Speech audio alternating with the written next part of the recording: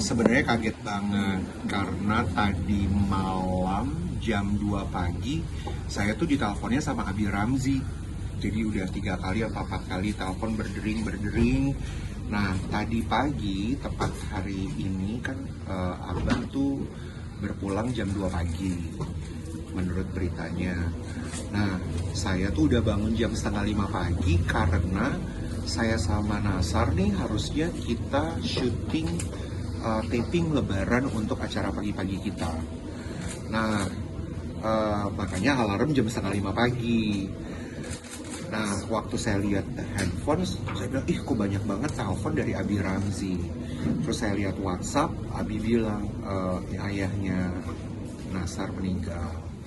Saya kaget, karena memang kita sudah harus bangun setengah 5. Kita taping tadi pagi tuh jam 6 pagi. Nah, lihat di grup juga dia Nasar sudah nangis-nangis bilang katanya udah harus ke Bogor. Nah, kita sebagai sahabat tuh memang yang membuat sedih karena Nasar tuh tidak bercerita kalau ayahnya sudah memang ada sakit jantung dan sudah pernah masuk rumah sakit, sempat di ring juga.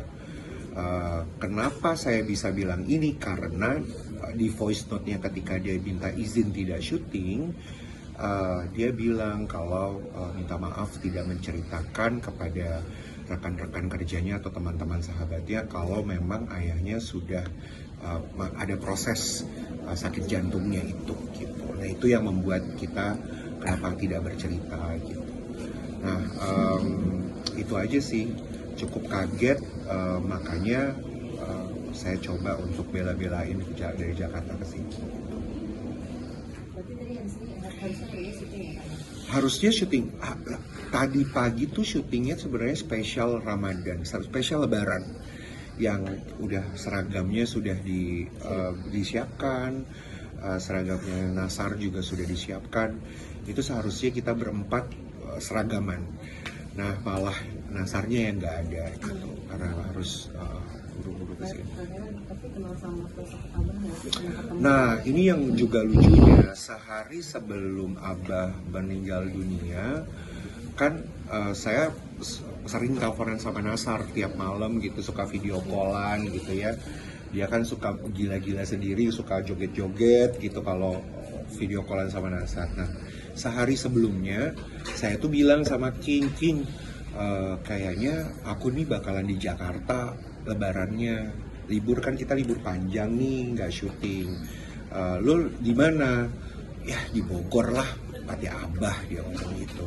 Di Abah dulu. Oh gitu, ya udah deh, aku ke Bogor ya gitu lebarannya. Udahlah nggak usah gitu, dia bilang gitu. Udahlah repot-repot nggak usah, Arab semuanya kan keluarga gue, kata dia gitu. Udah nanti aja setelah lebaran hari pertama kedua kita kumpul.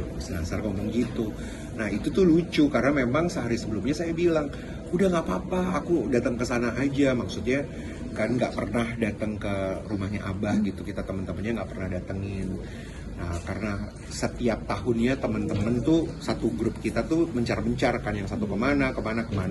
Kebetulan akunya lagi mau di Jakarta aja untuk libur lebaran ini. Jadi aku bilang, King aku mau ke tempatnya Abah ya gitu. Nah inilah makanya kenapa aku juga bela-belain ke sini, karena sehari sebelum Abah meninggal teleponan sama Nasar tuh memang pengen, aku bilang aku mau ke sini, ke rumah ini gitu. Nah makanya beritanya cukup